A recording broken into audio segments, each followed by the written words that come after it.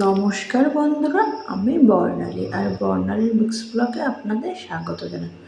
সহজভাবে কিভাবে নিরামিষ ডালের বড়া বানাতে হয় সেই রেসিপিটি শেয়ার করি। এখানে দেখো একটা পাত্রের মধ্যে আমি 200 গ্রাম মটর ডাল নিয়ে নিয়েছি। এই মটর ডালটা আর একটা পাত্রের মধ্যে নিয়ে নিলাম, নিয়ে আমি জল দিয়ে দিলাম। জল দিয়ে আমি 6 থেকে 7 বার ভালো করে উল্টে পাল্টে ধুয়ে নেব, যতক্ষণ না ডাল থেকে পরিষ্কার জল বেরোয়। ডালটা ভালো করে ধুয়ে নিয়েছি। এবার আমি 2 ঘন্টার জন্য ভিজিয়ে রেখে দিয়েছি ডালটা। দেখো 2 ঘন্টা পরে আমি ডাল থেকে জলটা ঝরিয়ে ডালটা তুলে নিলাম। এবার আমি ডালটা বাটতে হবে।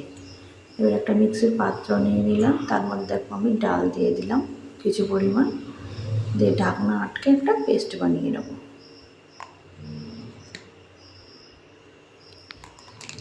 দেখো ডালটা আমার বাটা হয়ে গেছে, একটু দানা দানা ভাব রেখেছি। পুরো ফিনিশিং বাটলে না ডালের বড়াটা খেতে ভালো লাগে না, একটু দানা দানা আছে। বাকি ডালটুকু আমি মিক্সির বাটিতে দিয়ে দিলাম আর বেশ কয়েকটা কাঁচা লঙ্কা দিয়ে দিলাম। দিয়ে দেখো একইভাবে আবার আমি বেটে নিলাম। দেখো আমি একসাথে দিয়ে নিলাম। এবার ওর মধ্যে আমি পরিমাণ মতো আমি হলুদ দিয়ে দিলাম আর লবণ দিয়ে দিলাম আর সামান্য একটু চিনি দিয়ে দিলাম।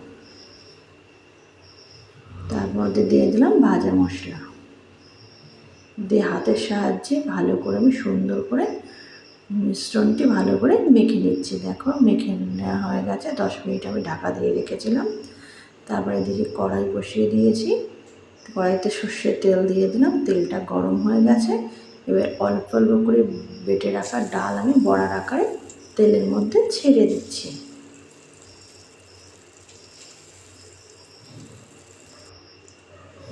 দেখো একটা সাইড লাল লাল হয়ে গেছে। এবার আমি উল্টে দিচ্ছি। আমার ভিডিওটি ভালো লাগে লাইক কমেন্ট শেয়ার অবশ্যই করে দিও। আর যারা আমার নতুন বন্ধু তারা কিন্তু অবশ্যই সাবস্ক্রাইব করে দিও আর পাশের বেল বাটনটি অন করে দিও, যাতে পরবর্তী ভিডিওটির নোটিফিকেশন তোমরা সহজে পেয়ে যাও। দেখো সব ডালের বড়াগুলো আমি উল্টে দিলাম।